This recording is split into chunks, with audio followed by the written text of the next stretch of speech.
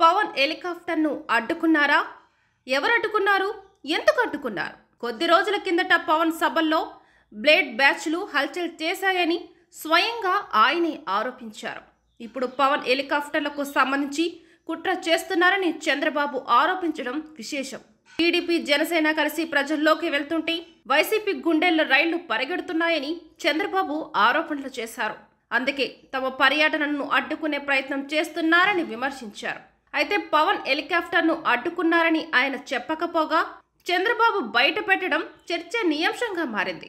అసలేం జరిగిందని ఎక్కువ మంది ఆరా తీయడం కనిపించింది.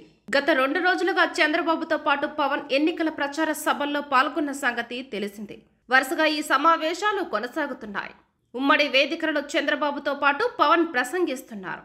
అంబాజీపేట, అమలాపురం సభలకు హాజరయ్యేందుకు పవన్ రాజమండ్రి ఎయిర్పోర్ట్ నుంచి హెలికాప్టర్లో వెళ్లారు. అయితే ఆ హెలికాప్టర్ ప్రయాణానికి అధికారులు అడ్డు తగిలారు. హెలికాప్టర్ నడపడానికి వచ్చిన కో పైలట్ కి ఎయిర్పోర్ట్ ఎంట్రీ పర్మిట్ లేదని చెబుతూ బయట ఆపేశారు. దీంతో చంద్రబాబు హెలికాప్టర్ కో పైలట్ వెళ్లడంతో అక్కడి నుంచి పవన్ బయలుదేరినట్లు తెలుస్తుంది.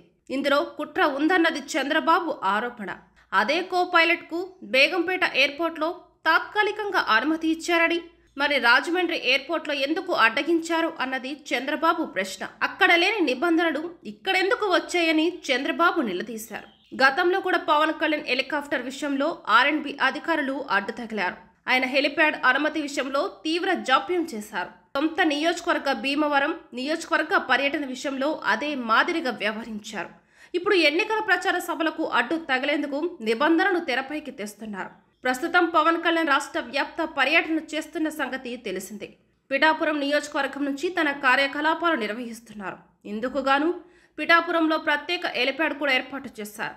కానీ పైలట్లు, కో పైలట్ల విషయంలో అనవసర నిబంధనలు తెరపైకి తెచ్చి పవన్ పర్యటన షెడ్యూల్ అవంతరాలు తెచ్చేందుకు ప్రయత్నిస్తున్నారని చంద్రబాబు ఆగ్రహం వ్యక్తం చేస్తున్నారు. ఇది ముమ్మాటికి వైసీపీ చేస్తున్న పని అని, కూటమి అంటేనే వైసీపీ భయపడుతోందని ఆరోపిస్తున్నారు. అయితే చంద్రబాబు చెప్పేదాకా ఈ విషయం బయటకు తెలియకపోవడం విశేషం.